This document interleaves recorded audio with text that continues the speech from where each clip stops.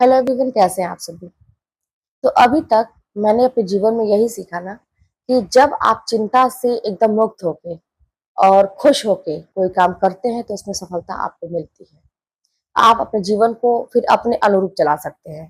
लेकिन ये दोनों चीज होना बहुत ही जरूरी है कि आप चिंता न करें और अपने आप को खुश रखें।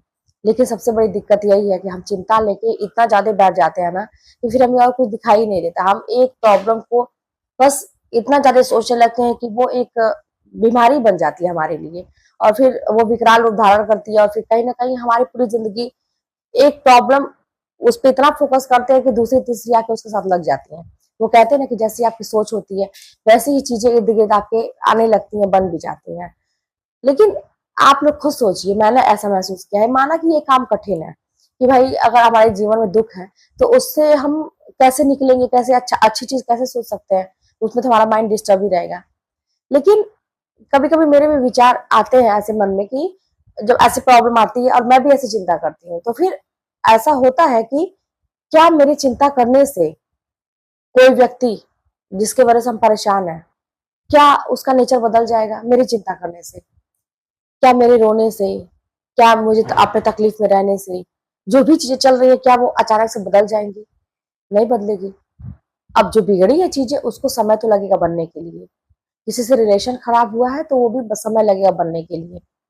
तो हमें उस चीज को लेके अगर हम चिंता करते हैं, बहुत ज्यादा तकलीफ में रहते हैं, अपने आप को प्रॉब्लम में डालते हैं, तो नुकसान किसका हो रहा है? कहीं ना कहीं से आप देखेंगे तो कुल मिला के आप ही का नुकसान हो रहा है।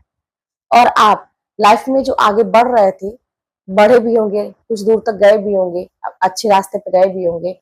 आपको लग रहा होगा कि यार मंजिल तो एकदम करीब थी, लेकिन बीच में ये वाली प्रॉब्लम आ गई। ऐसा हुआ भी होगा आपके साथ। कहते हैं ना कि एन वक्त पे ये चीज हो गया, नहीं तो मैं तो ये कर ही लिया होता।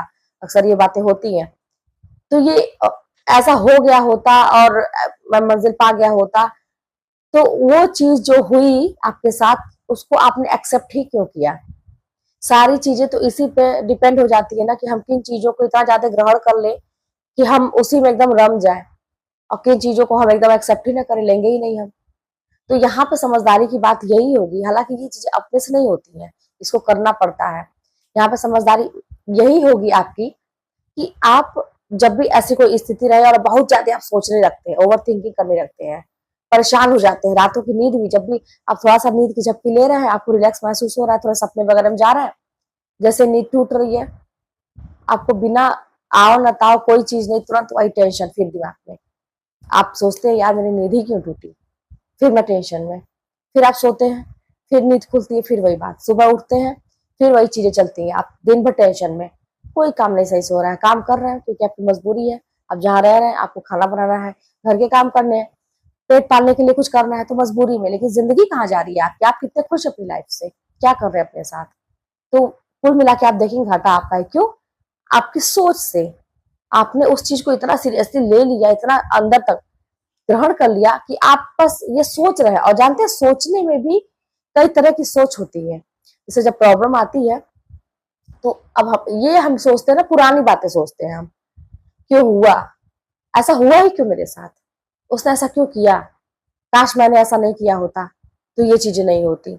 अपने आप को भी कोसते हैं, कहीं ना कहीं से अपने भी गलती दिखाई देती है, अगले की दिखाई देती है, फिर आप पहली बातों को सोच सोच के परेशान होते हैं।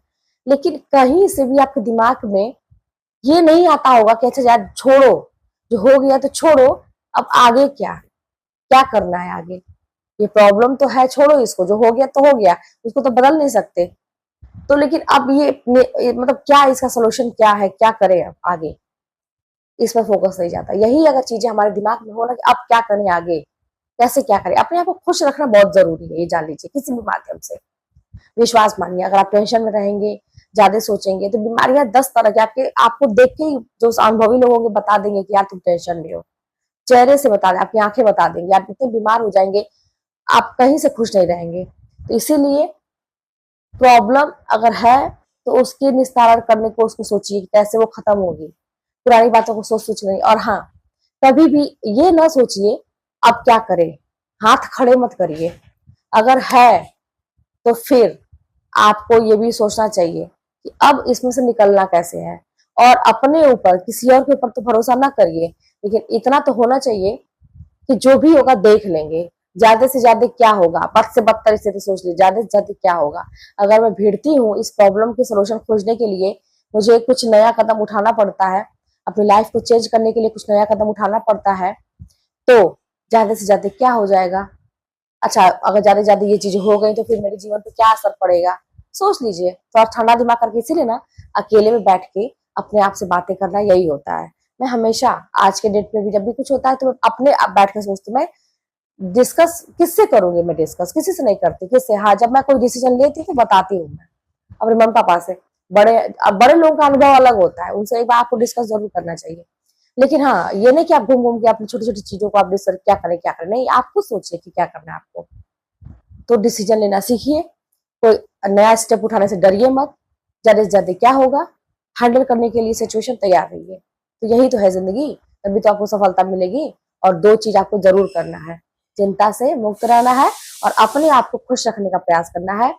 तभी आप जो खाएंगे आपके लगेगा आपके शरीर को।